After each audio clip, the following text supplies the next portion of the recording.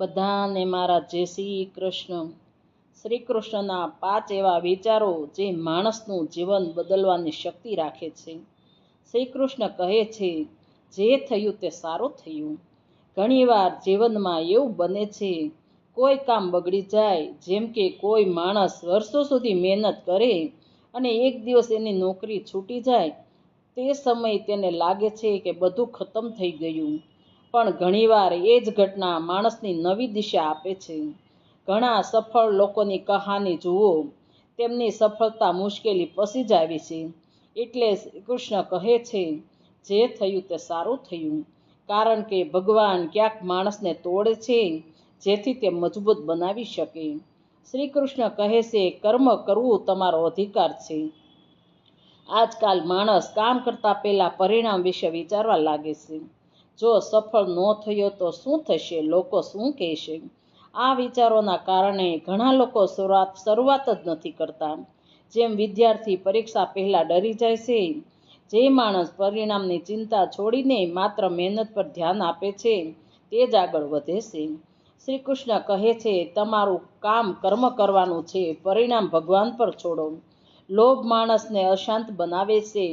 આજના સમયમાં ઘણા લોકો પાસે બધું છે, સારું ઘર, સારા કપડાં, પૈસા, પણ છતાં તેઓ ખુશ નથી.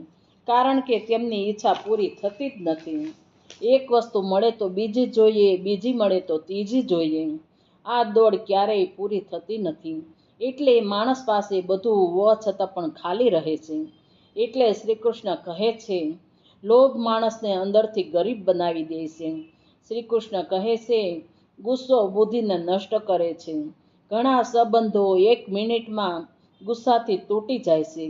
ક્યારેક માણસ ગુસ્સામાં એવા શબ્દો બોલી દે છે, જે પછી પાછા લઈ શકાતા નથી.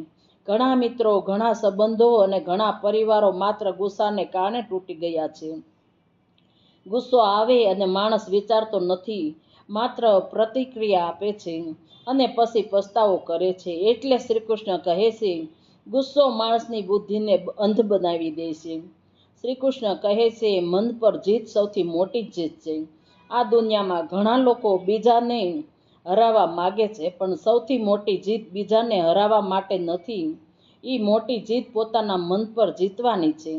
જેમ કે કોઈ માણસ ખરાબ આદત છોડવા માગે છે, પણ મન તેને ફરી એ જ રસ્તે લઈ જાય છે. માણસ પોતાના મનને કાબૂમાં રાખે છે, તે જ સાચો વિજેતા છે.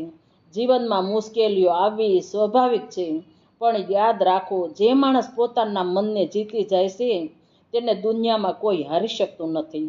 શ્રી કૃષ્ણના આ વિચારો માત્ર સાંભળવા માટે નથી, આ વિચારો જીવનમાં ઉતારવા માટે છે. જો તમને લાગે છે આ વાતો સાચી છે, તો આ વિડીયોને લાઈક કરજો, શેર કરજો અને સબસ્ક્રાઈબ કરજો.